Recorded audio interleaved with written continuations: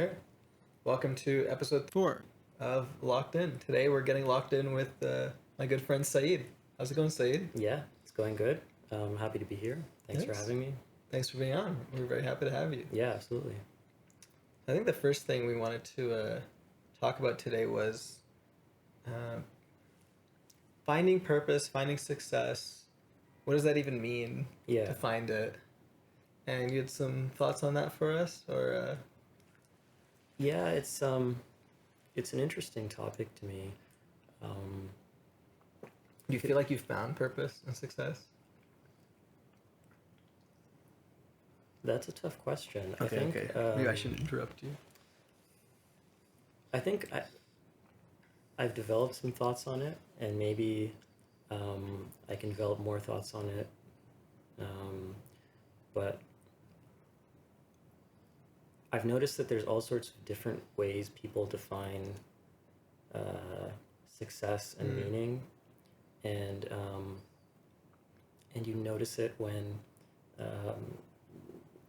I guess people pass judgment on each other, like describing such and such person, or like a lot of people think that they think that they're successful and they're fine, but then you hear from somebody else, they're talking about it. Yeah. And they're like, oh, look at that person. Like, they're not. Can you believe what they're doing with their life? But, like, they feel like they're successful. Yeah. Right? Yeah, like this person, he was doing well, he was like this, and then now he's doing something completely different with his life, and what is the matter with him?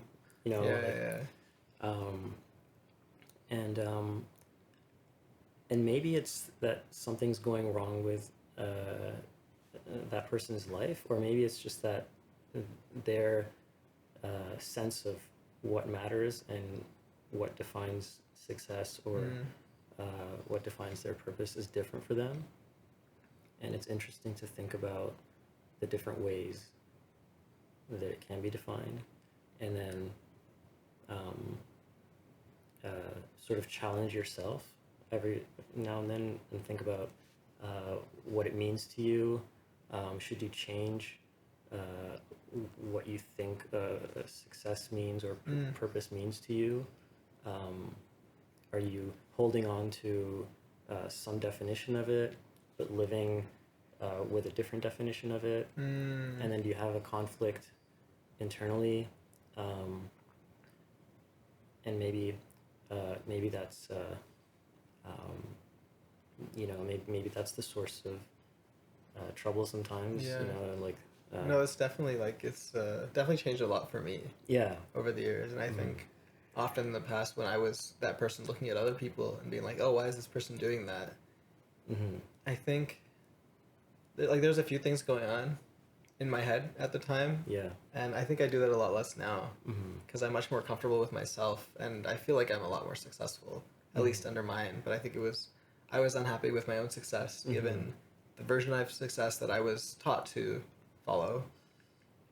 And I think maybe I was jealous of that person's success, and that I wished that was success for me. Yeah. Right? So it's I'm not meeting the criteria that I have for myself right now, but also I wish I had different criteria, and that person does. Right? So it's both of those things at the same time. And there's probably more to it too, but there's I feel like once generally I think actually for me, when I'm successful and I'm feeling successful, I'm not thinking about other people's success. Yeah. If I'm talking about someone else's success, it's because I'm not feeling that myself. If I feel successful, I don't care. I guess if I feel like I'm living my purpose and I'm happy and stuff, maybe not happy, but I'm living my purpose and successful, then I'm not thinking about whether somebody else is or not. I'm thinking about me and the fact that I am, and how that's great for me, right? And I'm focused on how do I do more of that. Yeah, and you're hitting your reward pathway however it works for you, right? And even you might also not even be fully actualized or quite where you think you want it to be, but directionally, you feel like what matters, what you want to keep doing, what you want to improve on, what things you want to achieve, and then just knowing that you're in that direction. I feel like that kind Yeah. No, that's a good point. Yeah. Like, I think for me, it's taken a long time to discover this, and I do want to talk about it more in general with people. Is that, at least the way I was raised, I think like success was like, at least it was seen as like a goal. It's like you do this and then you're successful, right? But what I've learned is that it's much more of it's more about like, am I moving in the right direction today? Yeah. Right. So even though I'm not like, maybe I haven't reached some big goal, if I'm moving in the right direction, then like that is me living my purpose. Like, moving in the right direction is success, I guess. Not hitting some goal is success. I don't know if it's been the same for you, but Yeah. I want to say I feel like there's like a Dunning-Kruger type of curve, Okay. maybe even where if you're in your teens or like maybe when you hit like 18, 19, 20, you have that first definition. You inherit it from someone close to you in a young age, and then it's the first definition that hits you, and then that feels like it's a big deal, and then that's where that sort of premature sense of confidence that you see sometimes, you know, I feel like there's something there, and then you realize that no, I need to actually understand myself as well, and then that develops more. No, that's definitely been a big thing for me. And Yeah. I feel like a lot of the people around me is like, we weren't necessarily taught how to figure out what our definition of success looks like. We were like passed one down. And it's the end product, and it's like, this is this is what life. you got to do. This is your life, and you're gonna go do it. And then it's like, okay, I guess so. Like, you know, I'm just like, especially when you're a kid, you don't know better. And like, I feel like if I was as a kid was taught to find my own success, then I probably would have started to find it a lot sooner. Because like because as a kid you take in what you're given in a sense, right? Like, it's hard to, even people have rebellious phases and stuff. I feel like even those are like, you're rebelling against what you were taught, right? Like, you're always still under control of whatever you're being taught, because you don't have any other context, especially you're living at home and stuff. And and there's there are a few like quotes from different people that come to mind when I think of this. One is this is very cliche, Steve Jobs, okay, but he has this quote where he says,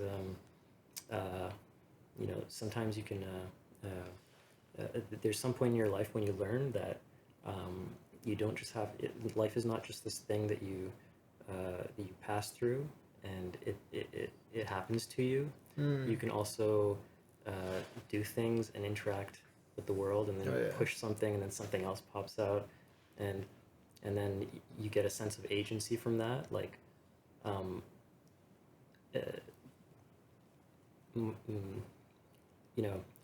me being here is different from not being here. Yes, yeah. In a way, like, I am interacting with the world, and then the things that I do, they propagate, and things change as a result. And also for me, like, just the idea that like there's a lot you can do. Like, I think growing up, like, I felt a lot more limited in what I could do, because it was like, no, you got to do this. And now it's like, I can do anything, and a lot of the things that I might want to do, I think, are a lot easier than I thought that it would be. Yeah. Like, we're both politically involved. Yeah. And I didn't realize how big of an impact it was possible to have just by like showing up and being in the right place at the right time, and like just putting in a little bit of effort. Like, you can just do that. Yeah. And then you don't have the limits that you thought you're supposed to live with. There's a lot of that in society, of like limits that like people think exist.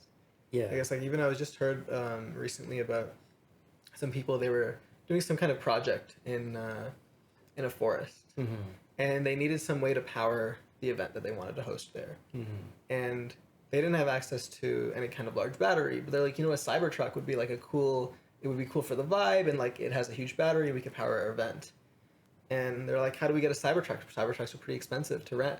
So they went around the city they were in, and they put like a piece of paper on every Cybertruck owner's windshield saying, hey, I want, we want to borrow your Cybertruck for a night. Like, please email us here. And it's literally just like, they scribbled it on a piece of paper. And somebody reached out. They're like, yeah, that sounds cool. Like, I'm the guy with the Cybertruck. Like, I'll help you out. And they managed to get it. Yeah. Right? And it's like, That, Wow. right? You can just do that. You can right? just do things. Yeah. Yeah. That's amazing. Yeah. You can Right. take the initiative, and then the offer wasn't on the table, Yeah. but you made it Yeah. happen. Yeah. Like they wanted that to happen and they did, right? And Yeah. they just put in some work, and Yeah. it's crazy what you can make and do. Yeah.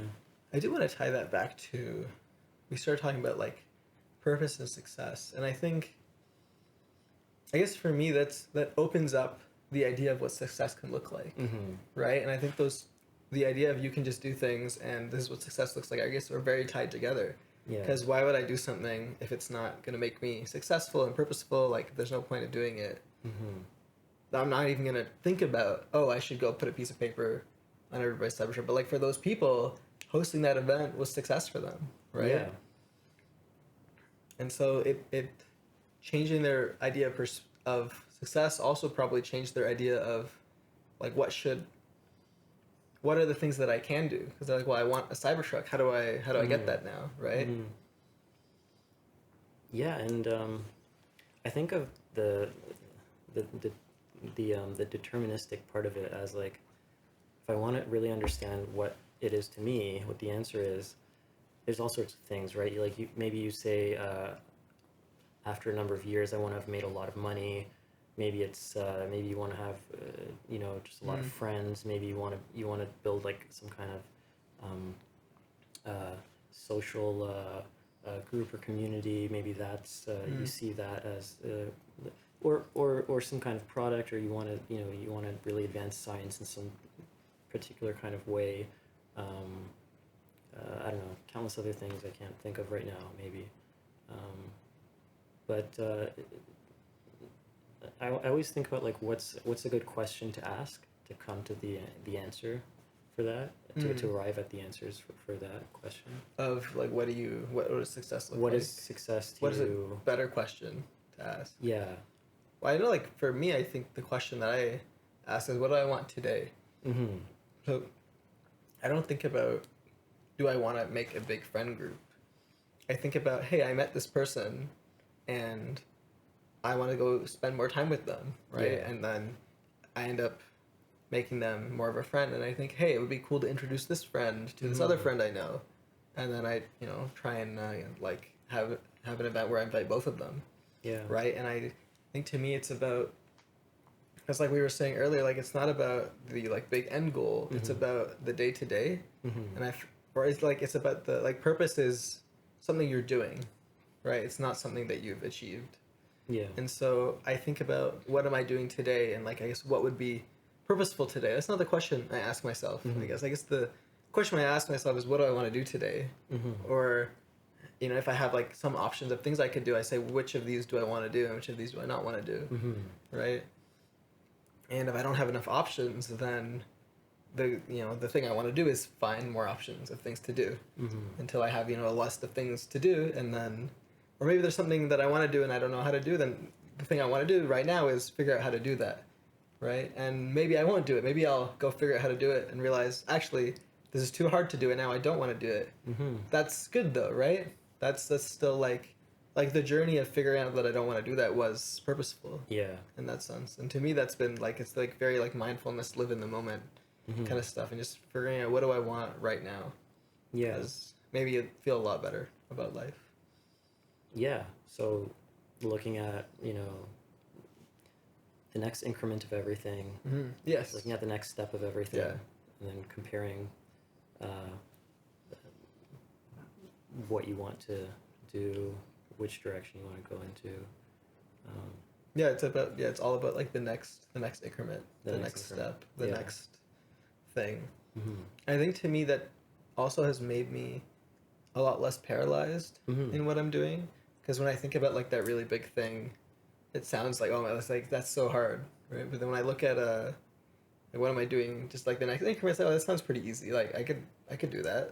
And I think I want to do that more too, because it's like I want to do it today, and I know I'm gonna get the reward from it of like, oh, I want to go see this friend. Rather than, oh, I want to have a really good relationship with this friend, right? that's a really long-term goal. Like, I don't know when I'll get the reward of the success. But if I think I want to hang out with this friend today, I'm going to get that success today. Or, you know, maybe he's busy today. I'll get the success tomorrow when I see him. Yeah. Right? And you get like that much better feedback loop. And I feel like a lot of advice these days that is better is kind of like running on that same vein. Mm-hmm.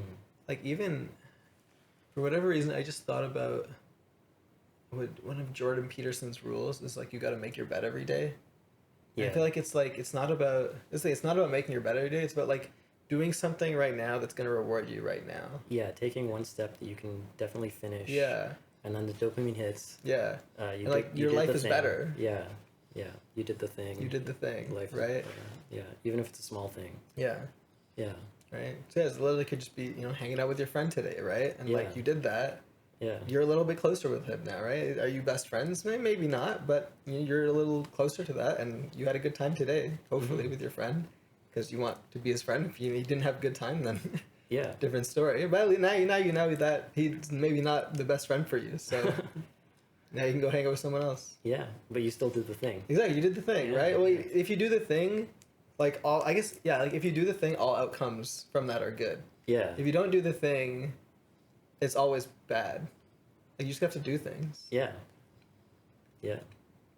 If you don't do the thing, you end up depressed because I feel like that's what depression, the way I understand it, I mean, I don't think too much maybe about the one way of definition, understanding it. Yeah, one way of understanding depression is just not doing things. Yeah. Right? Yeah, so maybe it's just having overwhelming things bearing on you and not having a way to translate that into those little things that are manageable, and you can. That's definitely you can a big part of it. Yeah. I mean, there's too much other things in it that like I know, so I don't want to. But definitely, when I was depressed, I was not doing things. Yeah. Right. Like, it's 1-to-1. It's correlated. Yeah. Yeah. Yeah. Yeah. You really just got to do things. Yeah. Yeah. Fuck. And then another thought I had is, you know, how does a sense of FOMO or competition or peer pressure, these kinds of things fit into that question? You know, to me, that just fucks up the whole thing. Because like the way I understand it, right? Like, it's about doing what you want to do today. Yeah. And all of those things are about they're not about what you want. Mm-hmm. They're like the opposite. In fact, they're about what somebody else has done or wants. Mm-hmm. And they're like big long-term things. Right? If you're like, wow, like this guy, I feel like this is very insidious in immigrant parents. I don't know if your parents had a similar thing, but I've heard it from like a lot of immigrant kids of like, oh, did you hear that like this kid, like this, like my friend's kid, like did this big goal? Yeah. Right? Which is like, that's like comparing a big, people to each other. Yeah. I guess it's just comparing in general, but it's like whenever you're doing this, you're looking at something big that somebody else did, not something small that they did today. And it's not necessarily something you want. You just feel bad because you feel lesser to them in like the social thing. It's not about what you want. Mm-hmm. And in my experience, like the way that like, almost in a sense, the way I understand social status is like, the more you're doing what you want to do, the higher social status you are. Mm-hmm. If that makes sense. Like, doing what... Like, copying others is a low social status thing. Mm-hmm. Because that means that, like, you think they're cooler than you, I guess. Right? Yeah. And I think... Or maybe in some other dimension. Or in some other dimension. They're beating you. Or, they're beating you somehow, right? So that's why you gotta copy them. Yeah. But if you're doing your thing, right, then, like, no one's better than you. Right. In your thing. Yeah. Right? By definition, because you're doing your thing, you're the best at your thing, because no one else is trying to do your thing. Mm-hmm. And if someone else does it, they're not going to do it as well as you, because it's your thing. Yeah. Exactly. It's all just got to do what you want to do. Mm-hmm. That's how you get locked in. That's what it means to be locked in. Yeah. So you're doing what you want to do. Yeah. Yeah. Damn, we did it. Yeah. We closed the podcast, Saeid. We locked in. We locked in. All right, we're locked in. See everybody. Thank you for listening. Only 4. It's episode 4. I feel like I said episode 3 at the start. I don't know. We're on episode 4, everybody. For those listening at home. We can stay locked in. Yeah. Yeah. So what is something that you're doing right now that's purposeful? What are you locked into? That's a good question. So I think one dimension of what I see a sense of purpose in is this might go very deep, but I think of technology and in what ways can we make life better? You know, in what ways can we make things happen for a lot of people, amplifying resources, you know. One way of thinking about like how do we make life better for a lot of people is I can make a lot of money and donate it Right. to charity, or you know, some other you know, very direct kind of altruism. But maybe you can just think about what you're doing professionally, and say I want to work on things that make the, you know, make the mechanics of things happen better for a lot of people. And so it's like if I'm working in technology, I want to find the most impactful thing happening in technology. I want to dedicate myself to that, and then that's going to make a lot of things better for a lot of people, way beyond what I could have accumulated, you know, personally, in terms of resources. Like, so like I think of successful technology companies, and you know what we call consumer surplus. That's doing a lot of good in the world, right? Yeah. And it's also making the world a lot more interesting, because we're living lives that would seem like science fiction to people who are living in the past, right? I love that. Yeah. And it's just opening up all these new dimensions. And so I feel like being involved in that and having some kind of impact, maybe it's just my job, maybe it's maybe I'm working in a company for a team and I have a boss, and we're doing something that's part of the big picture of that. I still find that really valuable and purposeful.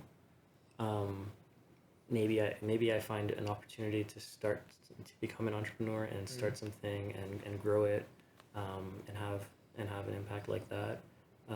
You want to like be having an impact that big, I guess, and like creating that much. Yeah, value. I think that is something cool about technology. I think that like it does that in a way that nothing else can. Like it scales. Yeah. Right. You can provide to like value to everyone. Exactly. Yeah. So it's like, oh,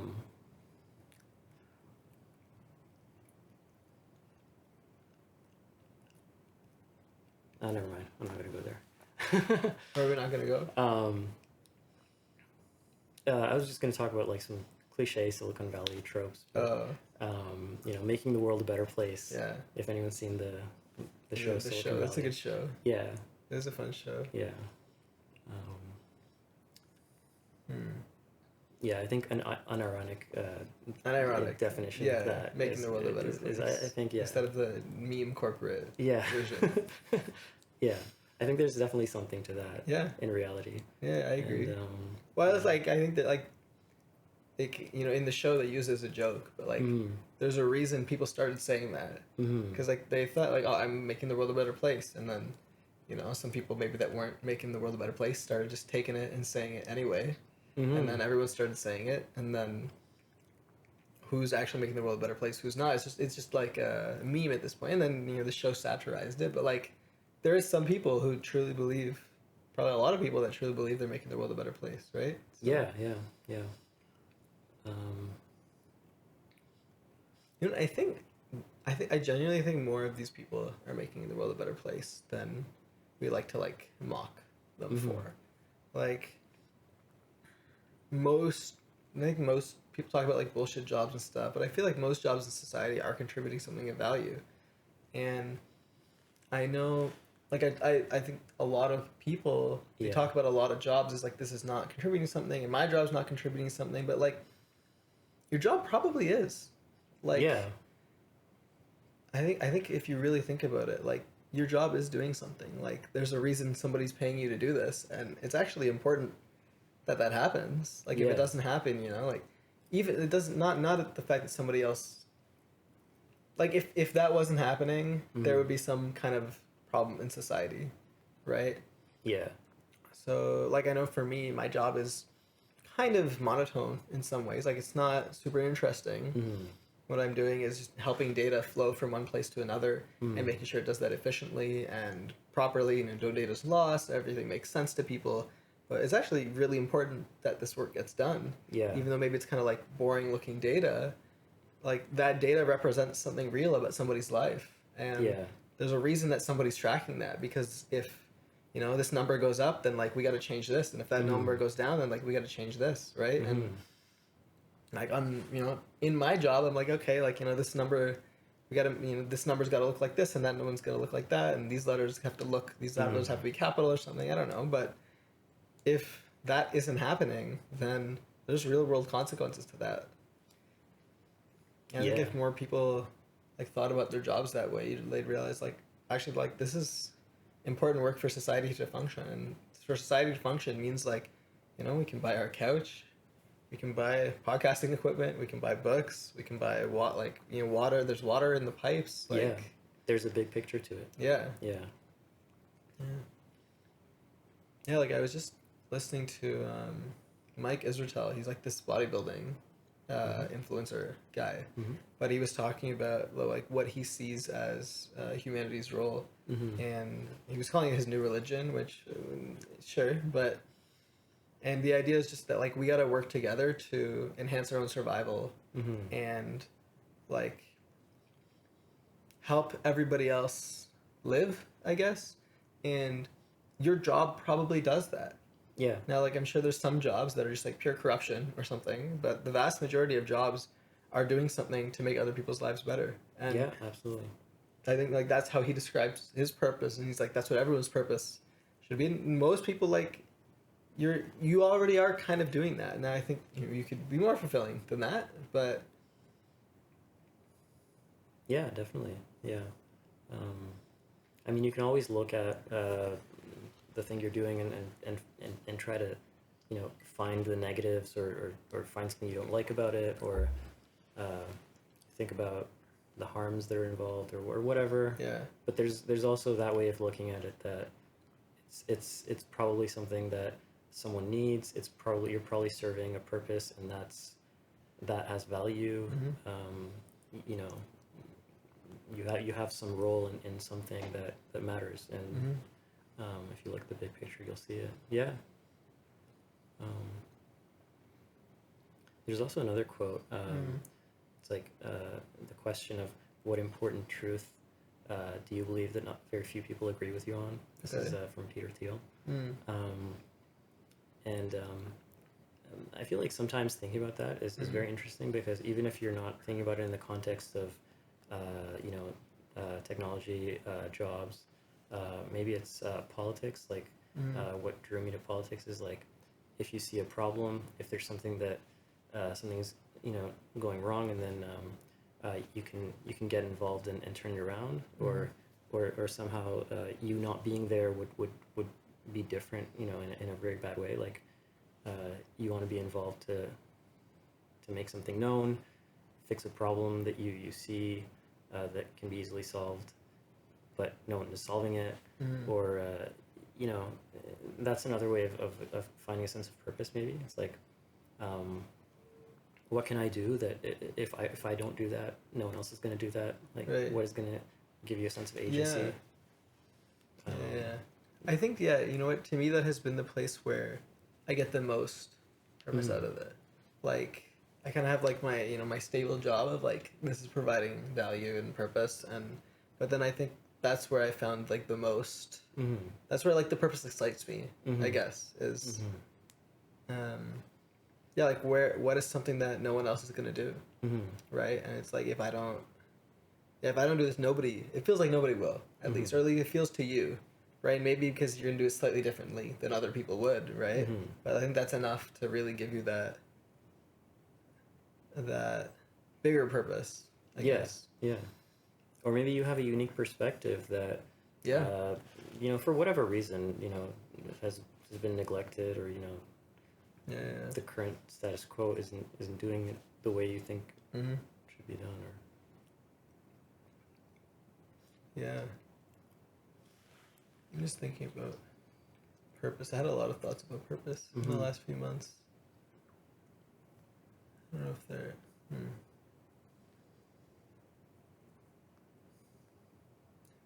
It's an interesting, to me, like, psychological phenomenon. That there's this thing inside us called purpose. Yeah. And we're all looking for it. Yeah. I wonder if the best way to look at it is very, purely biological. Like, this is the reward pathway you have, and if you don't quite hit it, your brain chemistry is gonna, go off, or. I mean, I think there is like an element to this of like That's definitely a part of it. if you don't feel like what you're doing is purposeful, then like that means you don't value whatever you're doing. Yeah. Right? And like, like I was talking about, I think, while most jobs are purposeful, but like somebody could disagree with me on that, or they could have different values than me. And if they do, then like they got to find what is purposeful. And I think, to me, like, I guess, I think you've helped me think about it a bit, but like in that biological sense, like I understand purpose as your body telling you like what the right thing to do is. And I think part of the problem is like we are not taught how to figure out what that even is. Yeah. Right? Like we're told this is your purpose, but your purpose is your purpose, and I can't tell anyone what their purpose is. You can't tell anyone like that's a very individual thing. It's based on you and your upbringing and your feelings and your values, and like I guess I believe, right, that everyone else, most of the people in the world doing a job, to me that it sounds purposeful to me, but it might not be purposeful to them. Yeah. Right?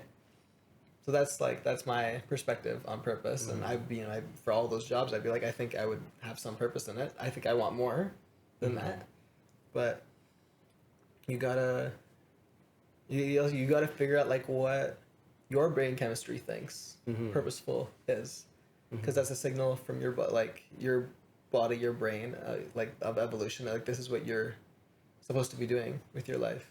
Yeah. And I think like your brain.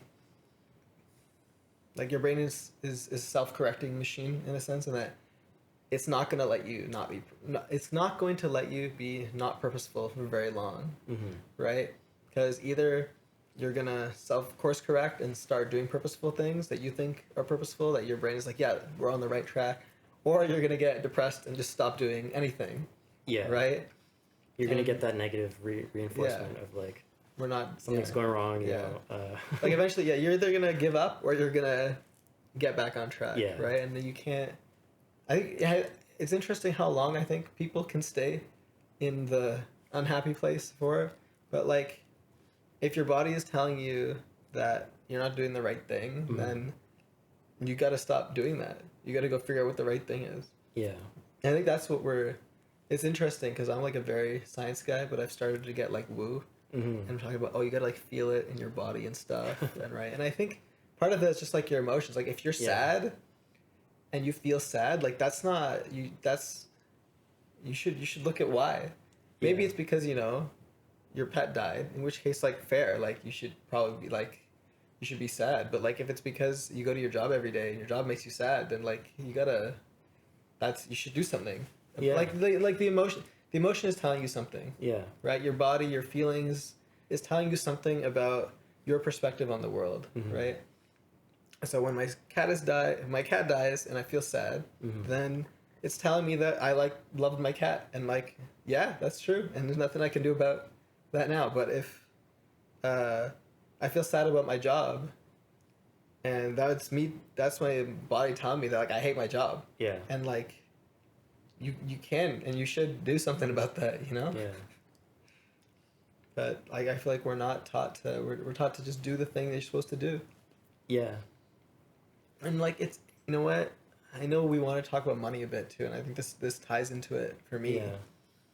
Is that it's I feel like a lot of the time from society, from family, from friends, we're told like you just got to suck it up and do it Mm-hmm. because you got to go make money. Yeah. But what I found is that I have the most success, I make the most money, I'm like providing the most value when I'm not sucking it up. Mm-hmm. Like I'm the best at my job when I don't just suck it up and I say what I think. And there's like some nuance to that, right? You don't just like you feel, you know, you hate your job, you should go to your boss. Hey, fuck you, boss. Yeah, Like you don't just go off the rails. yeah, just don't go off the rail. Like there's some nuance, and I think if you've been not feeling it for like 10 years or something, then Mhm. yeah, you're gonna go off the rails if you just, you know, you gotta ease yourself into it. But when you are being that version of yourself, I've found I'm much more successful. Mm-hmm. And I think the signal almost is that like that I'm getting from my body, like when if I'm like, oh, I don't feel good about my job, it doesn't feel purposeful. To me, it's not just a signal of like I should go do the thing that does feel purposeful, but it's a signal of like I'm not going to be able to do this thing that doesn't feel purposeful very well. Mm-hmm. And I know I can do the thing that's going to feel purposeful. I know I can do that better, Yeah. right? I don't know Yeah. if that makes sense, but that's been my experience of like you will be more successful when you're doing what you want to do. Yeah, I think that's a really good way to put it.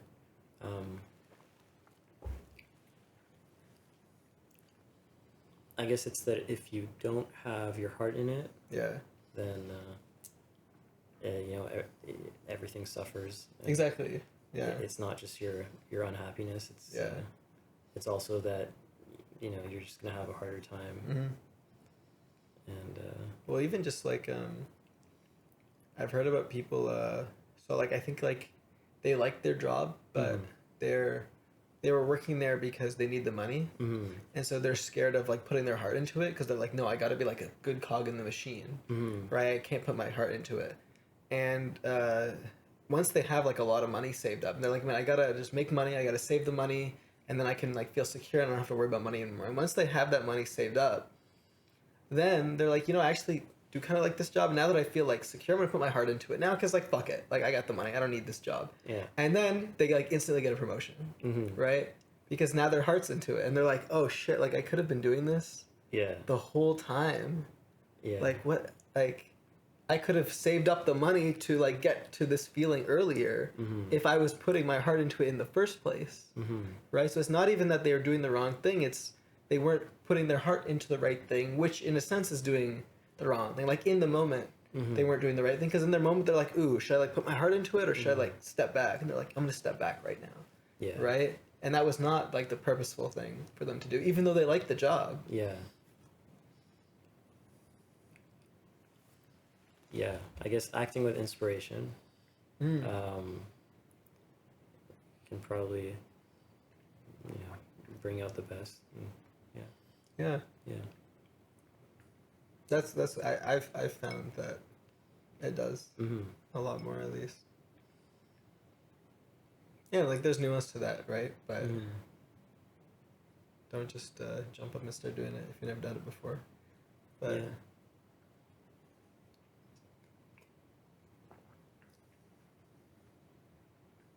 yeah.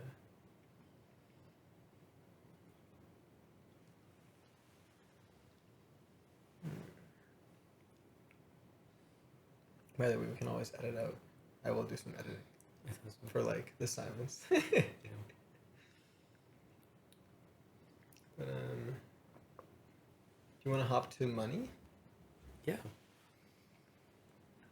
So, thinking about money Mm-hmm.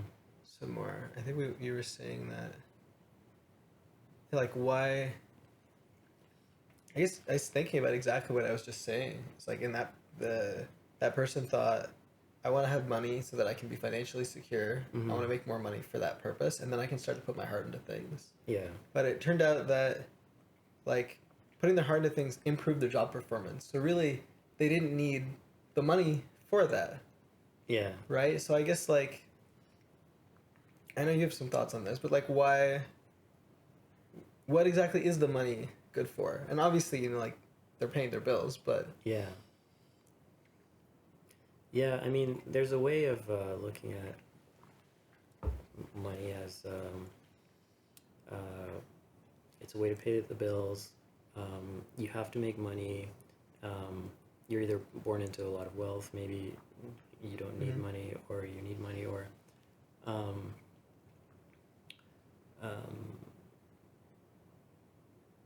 I think some of that, you know, like prescriptive sense of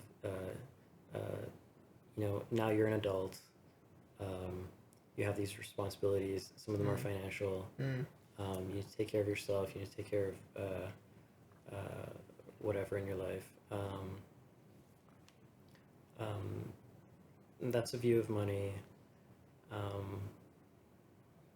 I guess for most people that works and it makes sense. Do you feel like it works?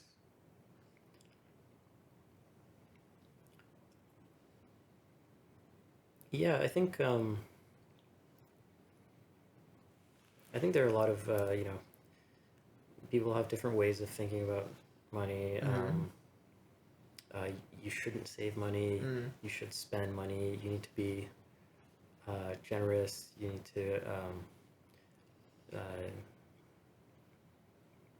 to build generational wealth. That's a big thing. Everyone's like, oh, Yeah. we're gonna build generational wealth. How do we build generational wealth? Oh, having money is bad. It'll make you. Right. It'll corrupt you. What do you think about money, Saeid? Is money gonna? Should I go get more money? Is it gonna corrupt me? Yeah, I think no. I think I think money is good because when you really think about it, money is enabling people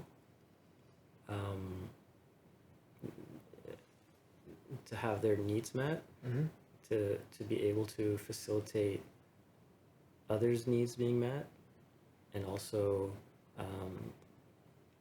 it just enhances your life. And I guess it's the same thing with you know, any tool or like you know, like you could use a knife to make food, or you could stab someone. Right. It's like, yeah, you can think of bad things that could come from money. You could, you know, you could use your money for things that are negative, you know, they're harmful, maybe, or you could, you know, you could waste your money, and then but I think it's healthier to think that to have sort of a positive relationship with money, and think that not have this like toxic view of Well, like you're saying, it's a tool. yeah. And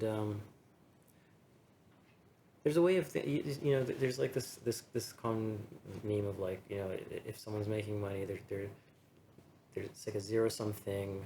I'm hurting someone else if I have money. Right. Someone else doesn't have money because I have, you know, like there's that kind of Let's say, like, most jobs, you're creating more money by doing it. yeah. Right. By working, like you're creating more value. Yeah, and that's like the beauty of modern life now is that there isn't this sort of static pile of gold that everyone's fighting over. Things are set up in a way that if you create value, then you know the money you make represents the value you created, and so you can have a very positive you know, mindset about money in your life, and think that, and always remember that, of course, unless you're a criminal or whatever, you know, but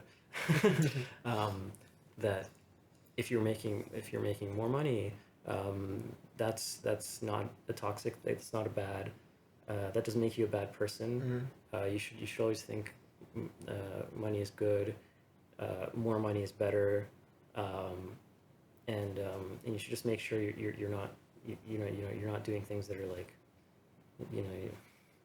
like maybe crime or theft or whatever, like but you're making money in an ethical way. Within more money is good within the norms of within ethical boundaries. If you're doing things that make you money, you should have a positive sort of relationship. You should have a positive relationship with it. I like that. Makes sense, and I liked the way you talked about the kitchen knife in terms of money. If we think of it like it's a tool, like a kitchen knife, and if I have a kitchen knife, I can cut some vegetables or I can stab someone with it. And I think what happens with the money is actually, or what happens with the kitchen knife is actually really dependent on my relationship with it. If I think, man, it's great that I have a kitchen knife, and someone's like, hey, could I get you a fork? You'd be like, yeah, I'd love a fork. I could use a fork too, right? And then you have another thing, you can use it as well. If you see it positively, then you will probably get more of it, and then you can find positive ways to use them. Because then somebody says, well, would you like a blender? And you're like, yeah, I'd love a blender to make smoothies. But if your attitude, your relationship with kitchen tools is negative, then if someone says, would you like a blender? You'd be like, how dare you? What do you think I'm going to do with this thing, you know? Right? And now you don't have a blender. And also, like, you see everybody else that has a blender in a negative light. And the fact that you have a kitchen knife, you're like, oh my God, I must be such an evil person for owning this kitchen knife that I use to cut my vegetables every day. And it's like, no, bro, like you need to cut your vegetables. That's like, you can't not, like, that's part of life, is cutting the vegetables so you can eat them, or, right? Yeah. And that's a good thing. It's a good thing that you can cut your vegetables. It's a good thing that you can blend your food into a smoothie or whatever you want to do. Yeah. Or it's a good thing that you have an oven. Like you could do evil things with an oven too. But like, I'm glad I own one, right? Yeah. Because I have a positive relationship with my oven. Yeah, I'm gonna use my oven to make pizza. I'm gonna have fun. I'm gonna yeah. I feel like you could do a lot of unspeakable things with an oven, and I'm like, I feel like maybe I shouldn't say them on the podcast, but you could, in the same way you could do unspeakable things with money. But better to have more kitchen gadgets and stuff, and I'm sure there's a point where you have too many kitchen gadgets, but the great thing about money is you can buy something else with it. And I mean, I think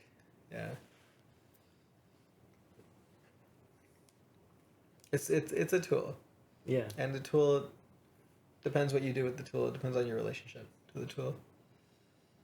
And it's like with even if I have too many kitchen knives, there's somebody else that doesn't have a kitchen knife. Exactly. I'm sure they would love if I gave them one of my kitchen knives. Right? And the more kitchen knives that we as a society have, the easier it is to ensure that everyone has a kitchen knife. Right? And there's definitely a lot of people these days that are like, oh man, we got too many kitchen knives, we shouldn't make more. Like, and it's like, what if I want to have 2 different kitchen knives in my kitchen? Right? So I cut these things with this kitchen knife and that thing with that kitchen knife. Then, well, once I start thinking that, then everyone's going to start, well, then we're going to need more kitchen knives, right? And it would be great if everybody had like a whole set of knives for cutting different things. I'd love to live in that society. Yeah, me too. Everyone in the world. Yeah. And I wouldn't want to be scared of what's going to happen if everyone has, these kitchen gadgets. Maybe we'll throw more parties. Maybe we'll have better food. Maybe Right. I think that kind of ties back to the success thing. In my mind again too, of just like when you like money is often very tied to success and purpose, and like we trade, like it's a tool to help you to help you achieve your purpose. It can be. And when you when you help someone else achieve their purpose, they will likely give you money for it. For volunteering your time. Right? And if you don't have that positive relationship with money, then I think likely you don't have a positive relationship with purpose as well. Right? Because you're thinking that, like doing things is bad.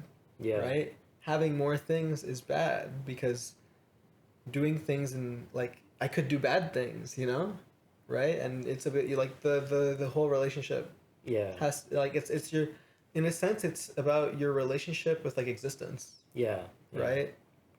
And that's ties a lot back into mental health, right? Of just, do you see existence as positive? Then when you exist, it will be positive, Yeah. and you will like show others to exist in a positive way.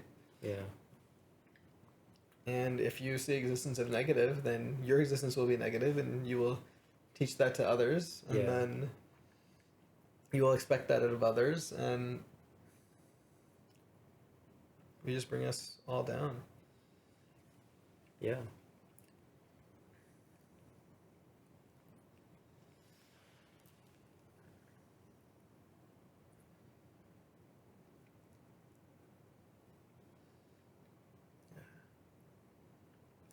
Existence is a weird thing. Is existence positive? What do you think, Saeed? Can you argue for why existence is positive? Existence. Is that too difficult of a question? I've thought about why existence is good. You know, Okay. like humans existing, and Yeah. you know,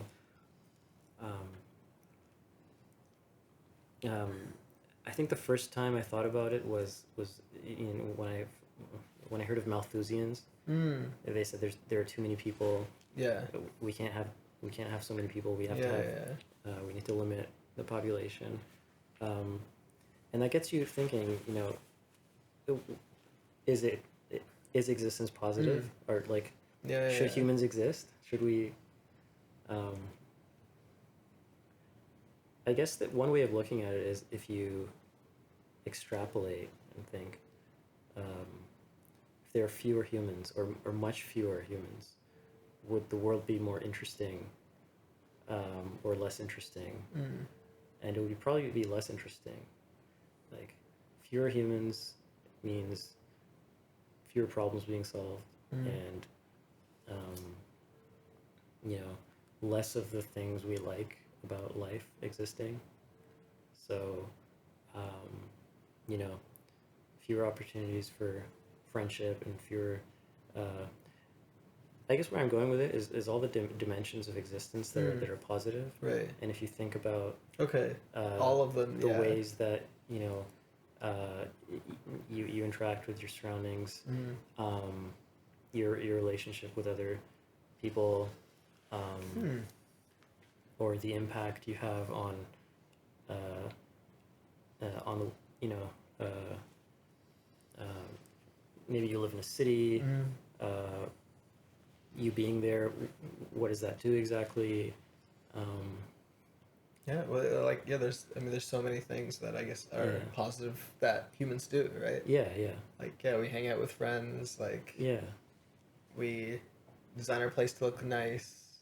Yeah. We make food art for other people, we make art, like, and I think what's interesting here is that this is kind of almost the same thing that I just said.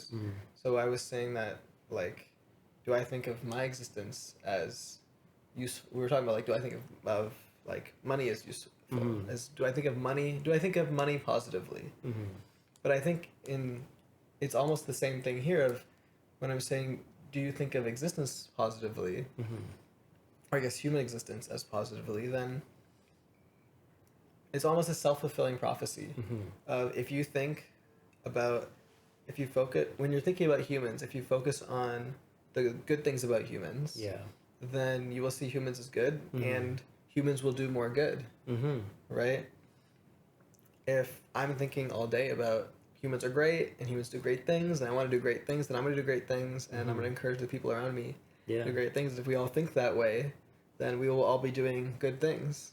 Yeah, absolutely. Right? Because, like, in a sense, like, we're tools for existence too. We're like money in the same way as that a human can do something bad or a human can do something good. Yeah. But if you think of humans as good, then they're more likely to do good things. Yeah. Whether that's yourself or other people around you.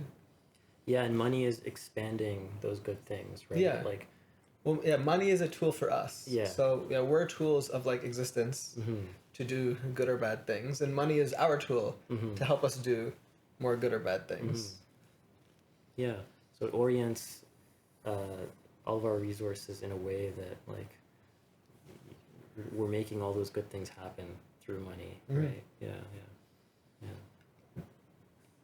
Yeah, so like if you think that humans are good and you spread that idea to other people, then humans will do good and be good, I guess. Yeah. You know what? I think it's almost fundamental to humanity itself that we think that.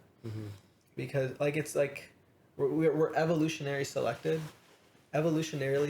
for thinking that humans are good. Yeah. Because if we hadn't, then we all would be doing bad things and we would have killed ourselves. Yeah, that would be a negative vector. Yeah, exactly, right?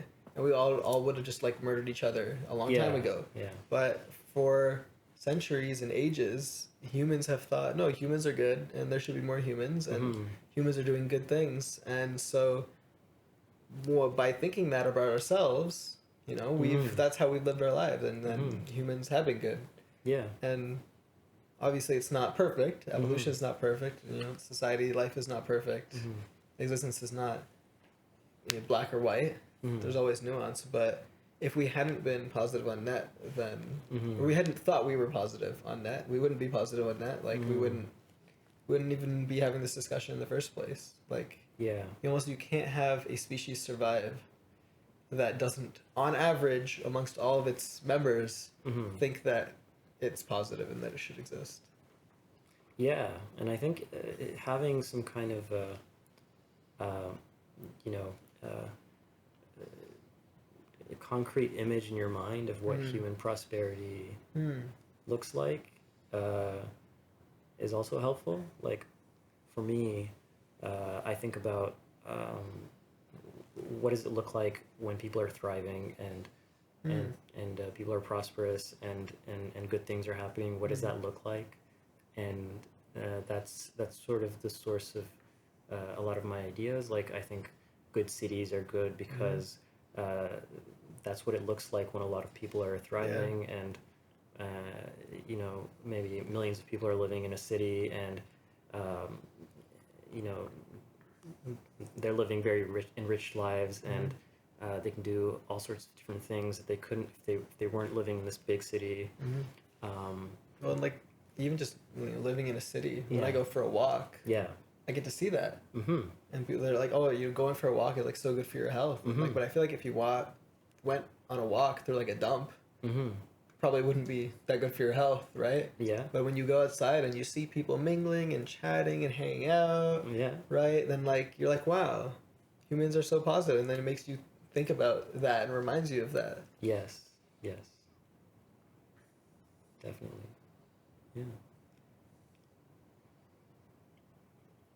Yeah. Like it's just you're like going for a walk is just reinforcing this idea that so you're exposing your senses to all of it. You're immersing yourself in it. It's like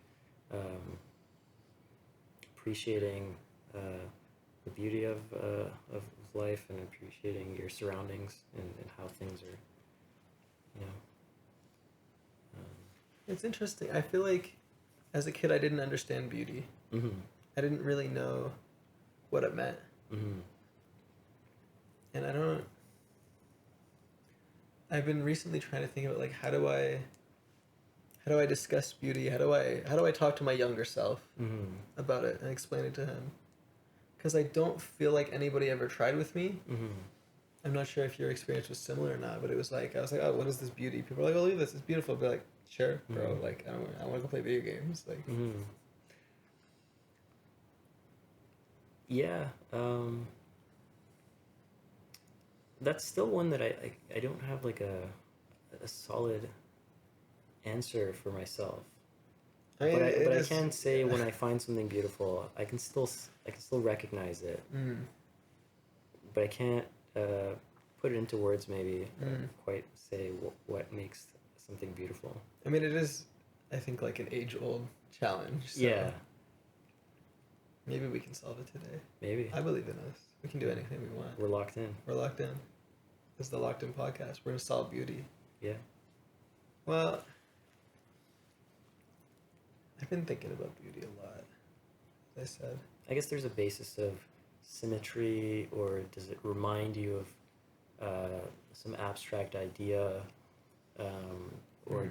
or or do you associate the thing you're sensing with some kind of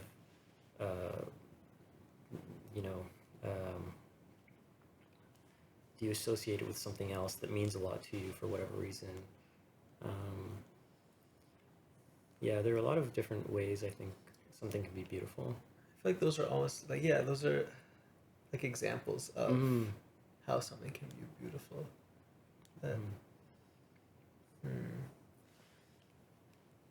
Because what I've been thinking about with beauty is it's like almost like it demonstrates, when you see it, it's almost symbolic of the positivity of the universe.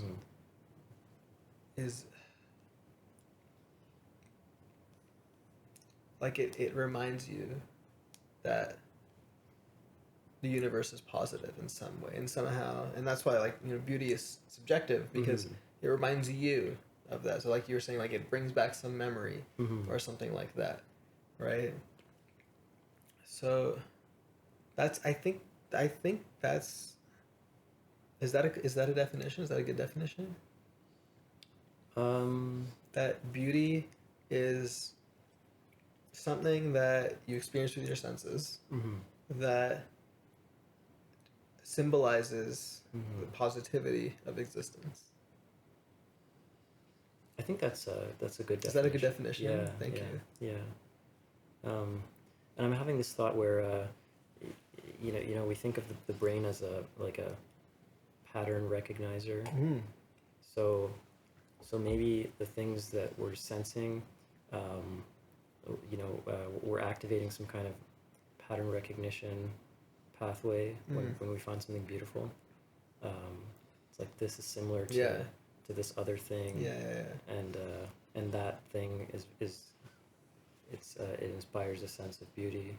Yeah. When I think so the sense of beauty is like the sense of existence is good, I guess. Right? And that's what it reminds you of. It reminds you of the concept. Like, there's a pattern in your brain, I guess, of existence is good. And then how it manifests.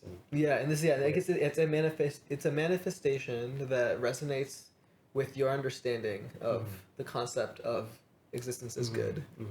I guess. Yeah.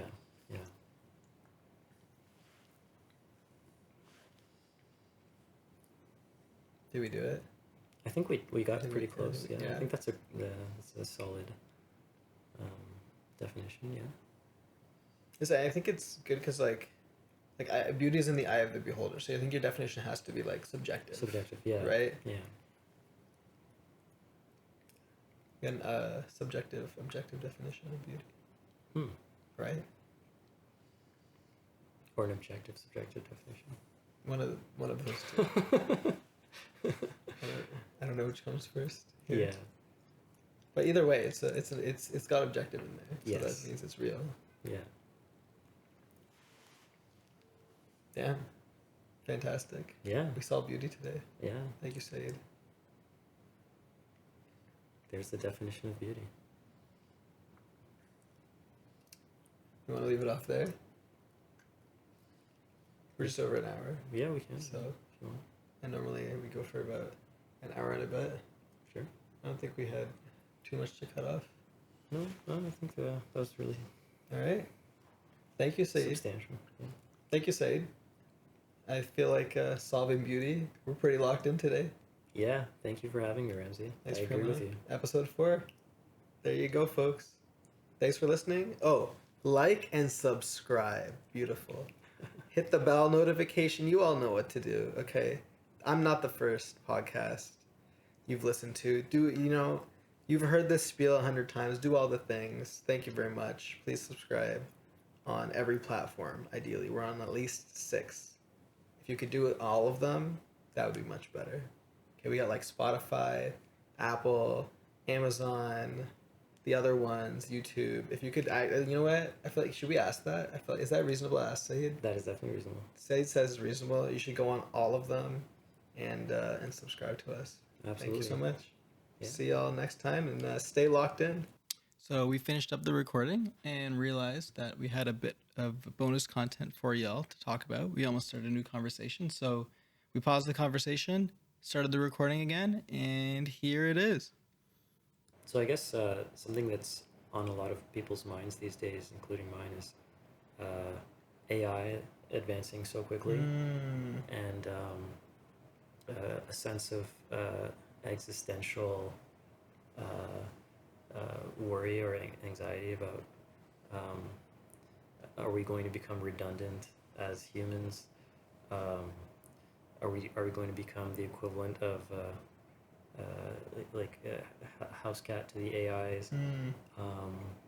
What purpose is going to be left if AI can what do it? is the why do I exist if AI Yeah. I feel like I've been avoiding that for myself. I've just been like doing my purpose today. Yeah. I guess one way of thinking about things is if you're thinking about the next increment, you can sort of sidestep that question. Yeah, I guess so. I think that's what I do. Yeah, maybe that's one solid answer, and you know that's. But if we do want to sort of dive into it, I think there's a way of thinking about it that doesn't lead you to a really dark place, maybe, where you can say that there's AI and there's human plus AI, and human plus AI will always, you know, be better or more expansive or whatever in some way, even if it's very marginal. I feel like that's where I lean, but. Or we could also think about the existence part, like humans existing is positive. If we think of AI, let's say we've built super intelligence, you know, with whatever definition. It's just this really advanced AI. Would the world still be as great if there were no humans and there's just AI? I guess that's like an alternative. Well, I guess like if we make the AI and we make it good like us, then probably it thinks we're good too. And hopefully it would be better than us. Yeah. And well, I guess like for me the ideal is like the AI realizes that like the AI understands that it can be better with us. And it doesn't need to, you know, cull us or something. And it's like, this is how I'm going to use the humans. And you know what, this actually reminds me of there's like I wish we had more positive sci-fi. Yeah. Because I don't think there's enough. And one of the most interesting sci-fi worlds that it keeps coming back to me over and over the years is the world of the culture. Basically there, the humans just introduce other new species into the culture, right? And they, like, a lot of them love doing it, and they hang out with, you know, the new aliens. And they're like, hey, welcome to the culture, let me show you around, this is what it's like when the AI does everything for us, and things are great, and a lot of people love it. And sometimes it's, like, really challenging to go in there. Sometimes maybe I think a lot of the time, the people on the planet, they don't trust the AIs. They're like, what is this, like, AI thing? Like, you guys are, like, people? It's like, oh, these are the people, and let us show you into our AI utopia, right? And like everyone gets a buddy. You know, all the new aliens get a buddy. There's like 1 billion people there. They send 1 billion humans over. I don't know if this is the specific details of the book. I read it a while ago, but yeah, I like to think of it as everyone gets a buddy. From, you know, a human gets assigned to everyone, and they're like, hey, this is your new friend. Welcome to the culture. Let me show you around. And this is what abundance looks like. This is what utopia looks like.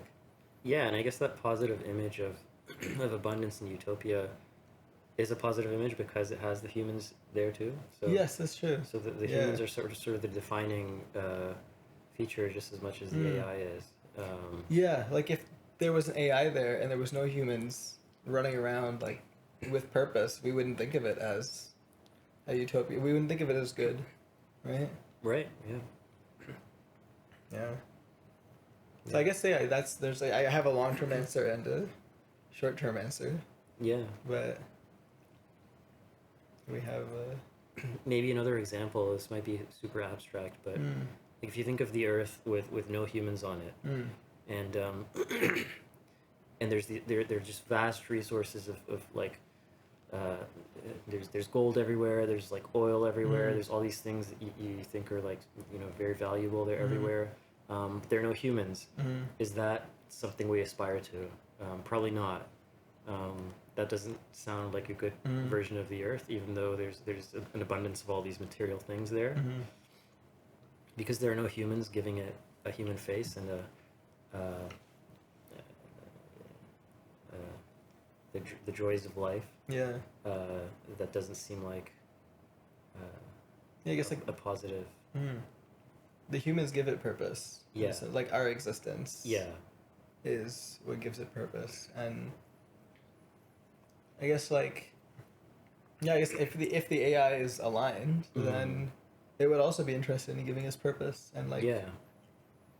like you wouldn't have to worry about. I guess the worry then is, do we have an aligned AI? And if we do, then it will help you to find purpose with its existence in the same way that you're able to find purpose now. Yeah. I guess it's not gonna it would care about that for you.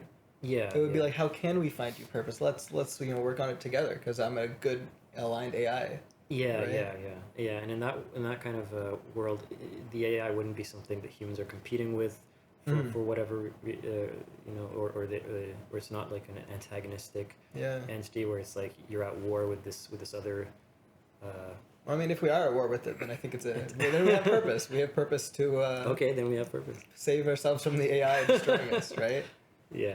Yeah, I guess either way we got purpose. Either it's good, and it's gonna help us out with finding purpose. Don't worry about it. He's on your side. Or it's bad, and we're at war. Like, you know, war is always an easy purpose. I find. Yeah. You know, for people, is to be at war with something. We're at war like for your survival. Yeah. It's like, I guess, on the like Maslow's hierarchy of needs, that's like the easiest purpose. That's true. Is like just fighting for safety. Yeah, I remember hearing this. I don't know if this was a famous quote or something, but like one way to unite humanity is if we had aliens or some some kind of outside enemy, and then humans would sort of unite in the face of that instead of instead of their own conflicts amongst each other. So maybe a hostile AI can also still serve some purpose. Yeah. I mean, even if we're not united, like at least, like I think we would all have purpose, you know? Yes. Even if there's people that sell us out to the AI, which seems like a bad. I don't know. People are crazy. You never know. There's gonna be a few that sell us out to the AI, and then we're all gonna die, and the AI is like, yeah. By the way, you were included on the list of humans that I'm gonna kill. Right? You knew that, right? Like. Yeah. Bad choice, man. But I guess that makes you happy. Yeah, you're on the list. Yeah. Either way. Damn, there you go. We did it. We solved purpose in AI too. Purpose in AI. Absolutely. Tough question. Okay, I think this actually makes sense though. Of like, if it's aligned, then we're fine. If it's not aligned, then also we're fine. Like, we're fine in a different way. Yeah, and I think, like, the way I was thinking about purpose is it's a very, like we were saying, it's a moment to moment thing. It's like, what am I doing right now that's purposeful? Yeah. So when I think about the future of my purpose, I always think about, like, there will always be something purposeful to do. Yeah. And I will have to figure out what it is then. I can't know what it will be then, right? Because there's too many factors that could change. And I think here we've shown that, like, there's different options. There is still options for purpose in AI, right? With an AI around, and you can't know now what those will be, because purpose is like, what do I want to do right now, right? Yeah. And until you know what the environment around you of the AI is going to look like, you can try and guess, but we tried to guess here, but yeah, it depends on those things. Yeah. And probably depends on like how you've changed since then. Because maybe you hate AI and you're going to war with it anyway. Maybe you literally fell in love with the AI, right? And then your purpose is going to be very different. Yeah. Yeah. Like the guy in Her, I feel like was very. He was not too worried about his purpose there when he was in love with the AI. Cool. All right. Yeah. Another. We're just. Another difficult problem solved. We're locked in. We're locked in.